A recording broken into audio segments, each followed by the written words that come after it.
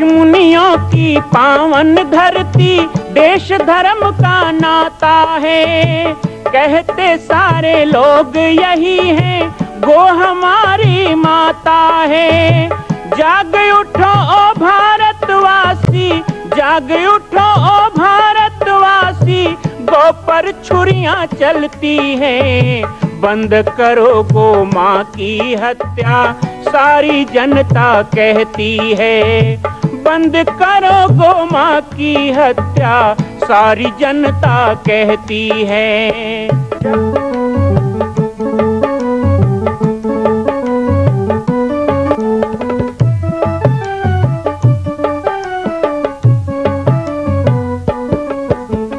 जगह जगह पर बूचड़ खाना, लाखों गौएं कटती हैं। किसे सुनाए व्यथा हमारी, नैना नीर बहाती हैं। रक्षा करना गौ माता की, रक्षा करना गौ माता की, गीता ज्ञान सिखाती है। बंद करो गो माँ की हत्या, सारी जनता कहती है। बंद करो गो माँ की हत्या, सारी जनता कहती है।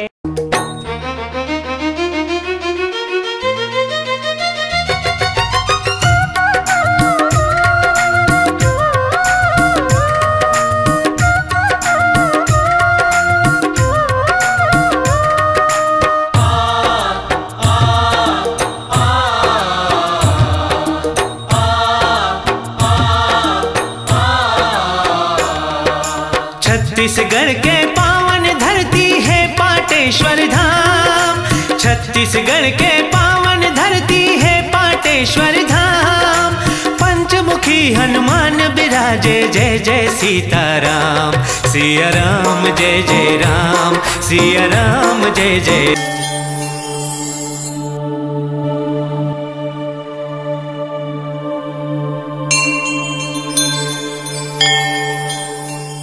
मंगल कलश सजाओ सखियां, मंगल कलश सजाओ। जय सिया राम, जय गो माता, जय गोपाल। बाबा जी की पाती कार्यक्रम में आज पुनः आप सभी का स्वागत है। पुरुषोत्तम मास के सप्तम दिवस और गो भक्तमाल कथा के प्रसारण के भी सप्तम दिवस में आप सभी का बहुत बहुत स्वागत है। आज बाबा जी की पाती कार्यक्रम में हम सभी पुनः आपको गो भक्तमाल कथा की ओर आमंत्रित कर रहे हैं। गौ भक्तमाल कथा के इस पवित्र आयोजन को आप लगातार एक सप्ताह से देख रहे हैं। एक सप्ताह ज्ञान यज्ञ आज पूर्ण होगा। बाबा जी की पाती में पाटेश्वर धाम में हुए 2015 के गौ भक्तमाल कथा को हम आपको डी लाइव दिखा रहे हैं और साथ ही पाटेश्वर धाम में वर्तमान में पुरुषोत्तम मास के अवसर पर चल रहे श्री पुरुषोत्तम मास कथा को भी हम आपको झलकियां के माध्यम से दिखा रहे हैं। और प्रतिदिन 2 बजे से 5 बजे आप इस YouTube चैनल पर और हमारे Facebook पेज राम बालक दास जी पर इसको लाइव भी देख रहे हैं। कथा में जुड़ने वाले यजमानों का बहुत बहुत स्वागत है और आइए सप्तम दिवस की कथा में आप सभी को जोड़ते हैं। जय सिया राम, जय गो माता, जय गोपाल। जो आधि दैविक स्वरूप है वो गाय का ही है। जो हम लोगों के व्यवहार में आ रहा है ये धरती का आधि भौतिक स्वरूप है और उसका आधिदैविक स्वरूप क्या है? धरती का वास्तविक स्वरूप गाय ही है। इसलिए गाय का वध संपूर्ण पृथ्वी को नष्ट करने का है। गाय की हत्या संपूर्ण धरती की हत्या है और गाय की रक्षा संपूर्ण पृथ्वी की रक्षा है। परमात्मा की बनाई हुई संपूर्ण सृष्टि की रक्षा है। बिना गाय की पुकार के भगवान का अवतार होता नहीं। गाय की करुण पुकार सुनकर के भगवान श्री राम के अवतरण की भूमिका का निर्माण हुआ।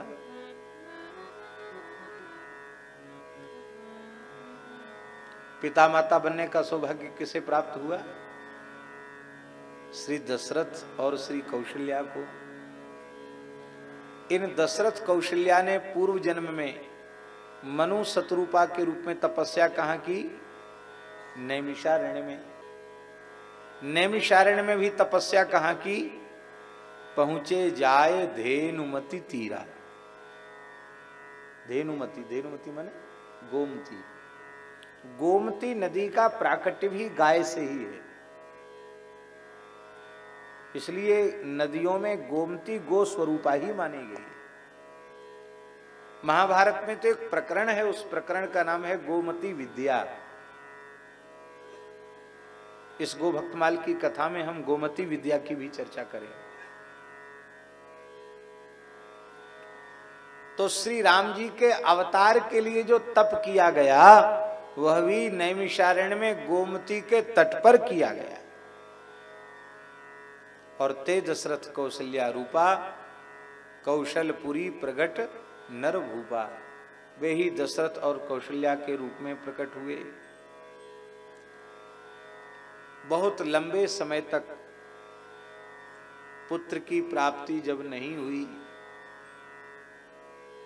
तब एक बार भूपति मन माही भय गलानी मोरे सुतना।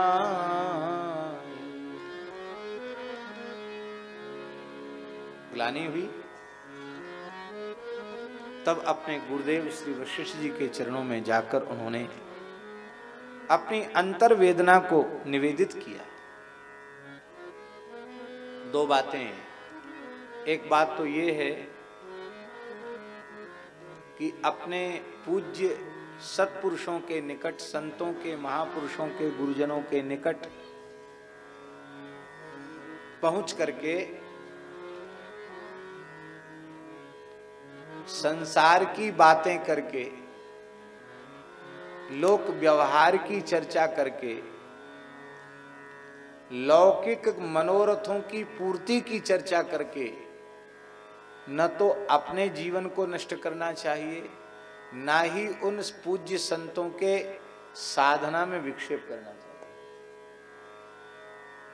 सर्वोत्तम पक्ष तो यह है कि सौभाग्य से संत सद्गुरु प्राप्त हो जावें तो उनके चरणों में एक ही प्रश्न कर लेना चाहिए कि हे गुरुदेव, हे संत भगवान, हे महापुरुष, आप तो ऐसी कृपा कीजिए। असंख्य जन्म बीत चुके हैं संसार चक्र में भटकते हुए, अब ये भटकना बंद हो जाए, मानव शरीर जिसलिए मिला है वो काम हो जाए, देखें हम स्वरूप भरिलोचन। इसी जीवन में इन्हीं नेत्रों से भगवान का प्रत्यक्ष अनुभव कर सकें, ऐसी कृपा कीजिए। हमारा कल्याण कैसे हो, हमारा परम कल्याण कैसे हो, ये जिज्ञासा सत्पुरुषों के चरणों में रखनी चाहिए। मकान दुकान कैसे चले, मकान कैसे बने, मुकदमा में कैसे विजय प्राप्त हो, बीमारी कैसे दूर हो, बेटा कैसे हो जाए, धंधा कैसे चले, ये सब चर्चाएं संतों के पास जाकर नहीं करनी चाहिए। क्योंकि इनके होने न होने से आपके कल्याण का कोई लेना देना नहीं। इनके चरणों में बैठ करके तो आत्म कल्याण की जिज्ञासा करनी चाहिए, आत्म कल्याण संबंधी प्रश्न करना चाहिए। यह एक पक्ष है। और दूसरा पक्ष यह है कि यदि हमारे जीवन में कोई समस्या है, हमारे जीवन में कोई अभाव है, हमारी कोई आवश्यकता है, और वह आवश्यकता केवल हमारे अपने लिए नहीं है, अपितु धर्म के लिए, समाज के लिए, राष्ट्र के लिए, सबके हित के लिए है, तो वह कामना भी कामना नहीं है, वह मनोरथ भी मनोरथ नहीं है, वो आशा बांधने वाली नहीं है। बहुत ध्यान दे करके सुने, दशरथ जी के चित्त में पुत्र प्राप्ति का जो मनोरथ है वो लौकिक मनोरथ नहीं।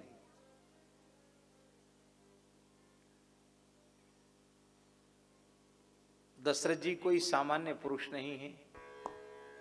वेदो दशरथो नृपा साक्षात वेद ही चक्रवर्ती महाराज दशरथ के रूप में प्रकट किया।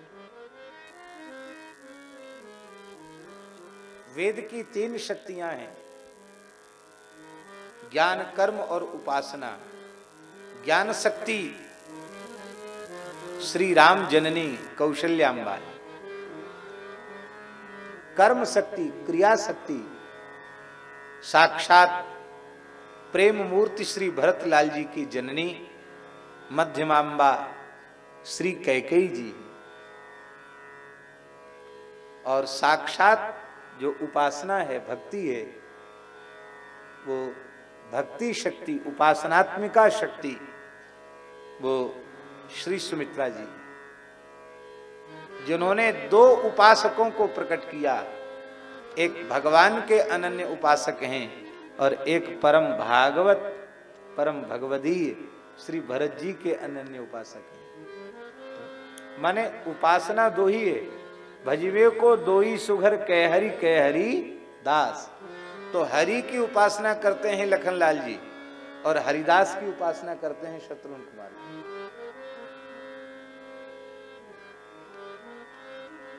अब वेद अपनी ज्ञान शक्ति, कर्म शक्ति और उपासना शक्ति के साथ संयुक्त होकर यदि वेद के परम वेद्य, वेदांत वेद्य तत्व का प्रादुर्भाव नहीं कर सका तो वेद की उपादेयता सिद्ध नहीं हो रही थी।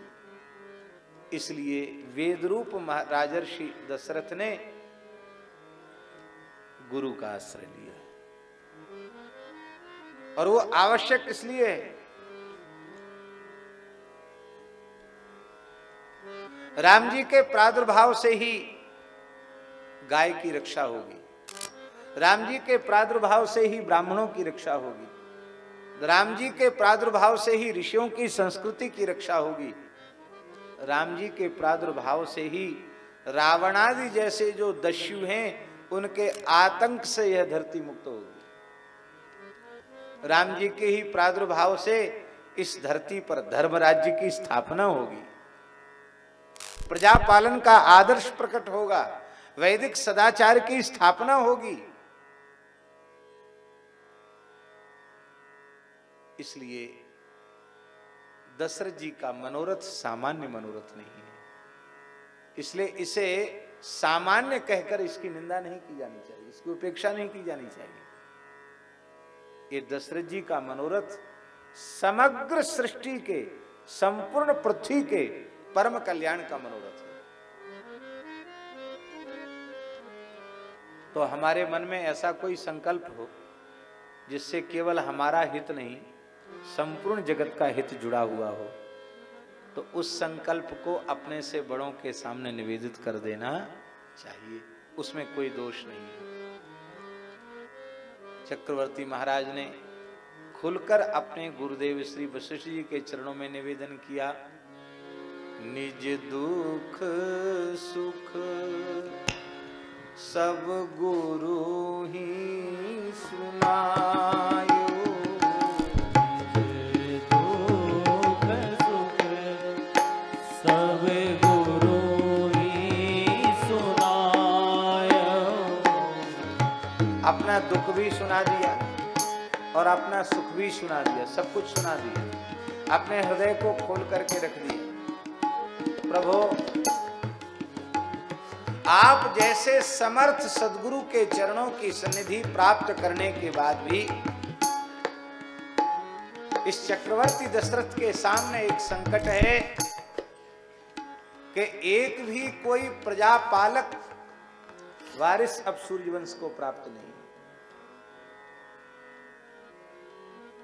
हमारे कुल में अब कोई पिंडदान जलदान करने वाला, गौ ब्राह्मण की संतों की सेवा करने वाला नहीं है, प्रजा की सेवा करने वाला नहीं है। आपका अनुग्रह होना चाहिए। गुरु जी ने कहा, चिंता मत करो, धरो धीर हुई सुत चाल, धैर्य रखो, एक नहीं 4 होंगे।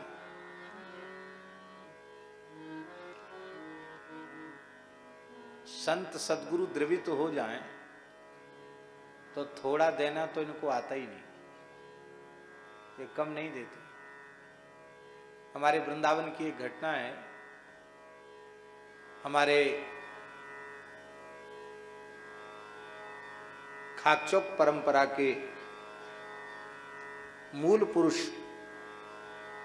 अनंत श्री संपन्न श्री स्वामी नृसिंहदास जी महाराज पहाड़ी बाबा, जो अपने जमाने के बहुत उच्च कोटि के सिद्ध पुरुष हुए। यह घटना 150-200 साल पुरानी है।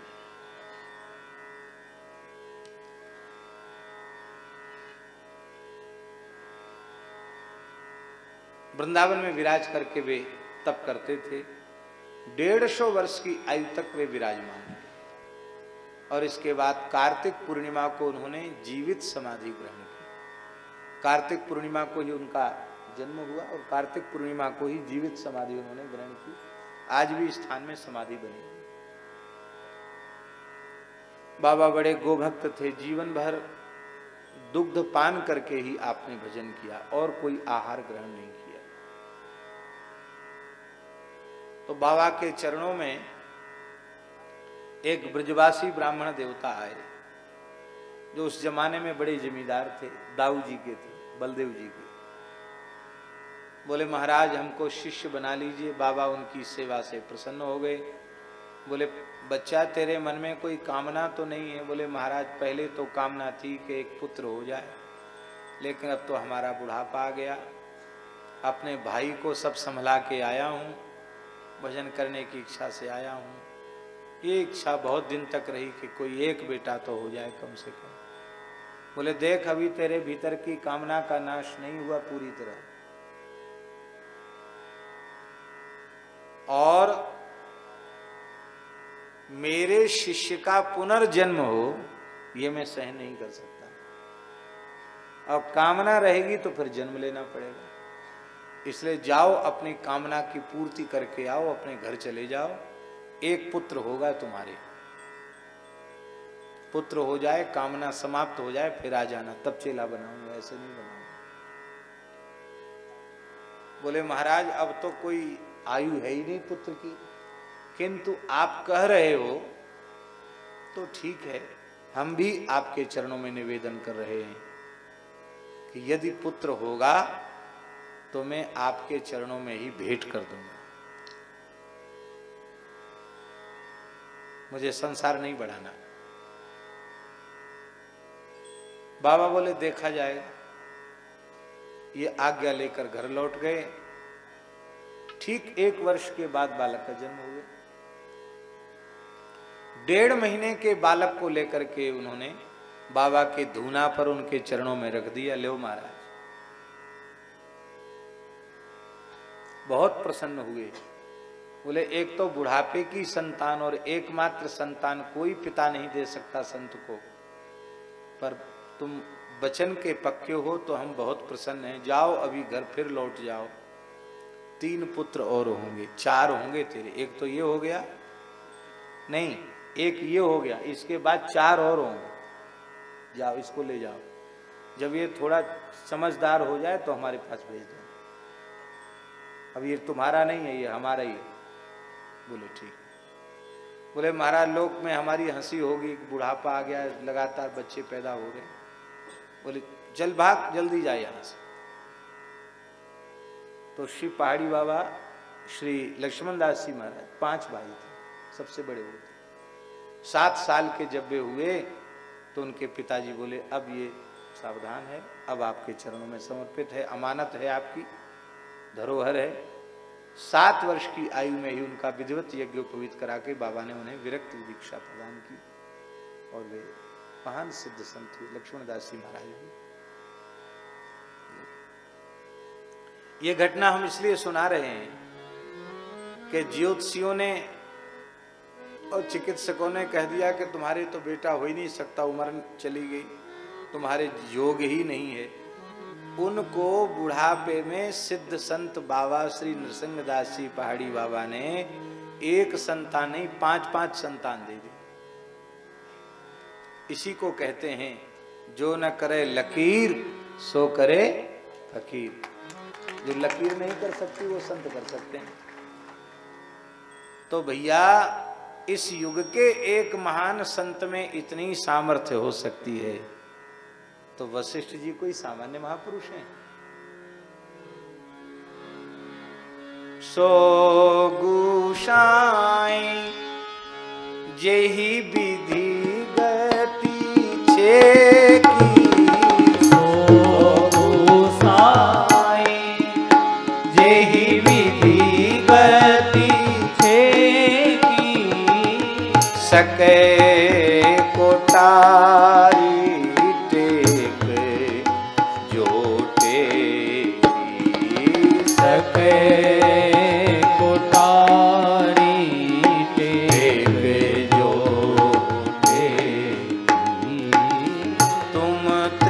काल दर्शी मुनि नाथा, तुम कृपाल दर्शी मुनि नाथा, विश्व बदरी जी में तुम्हारे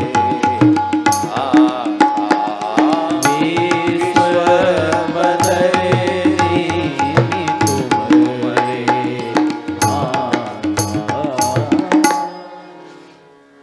महाराज वशिष्ठ जी जो सूर्यवंश के महाराज वैवस्वत मनु की पुत्री इला को जिन्होंने सद्युम्न नाम के राजकुमार के रूप में बदल दिया, ऐसे महाराज वशिष्ठ महर्षि उनकी कृपा हुई और कृपा हुई तो राम जी का जन्म हुआ।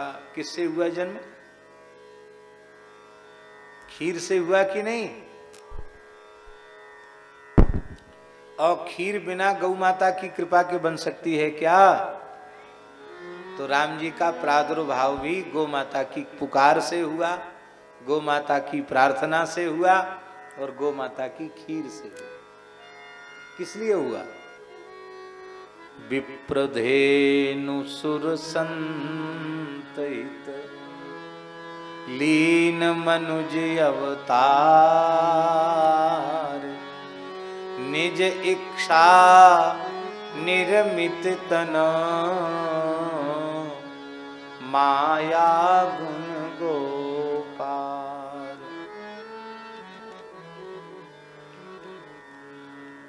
विप्रधेनु सुर संत हित, इन चारों के हित के लिए अवतार हुआ भगवान का। ब्राह्मण, गाय, देवता और संत। बहुत ही आनंददायक प्रसंग आज का रहा। पूज्य महाराज श्री ने ज्ञान भक्ति वैराग्य से सुशोभित गौ महिमा पर प्रकाश डाला। इस गौ महिमा के अभिनव यज्ञ में उन्होंने ऐसा दृश्य खींचा है, लगता है कि बस सुनते ही रहें सारा जीवन।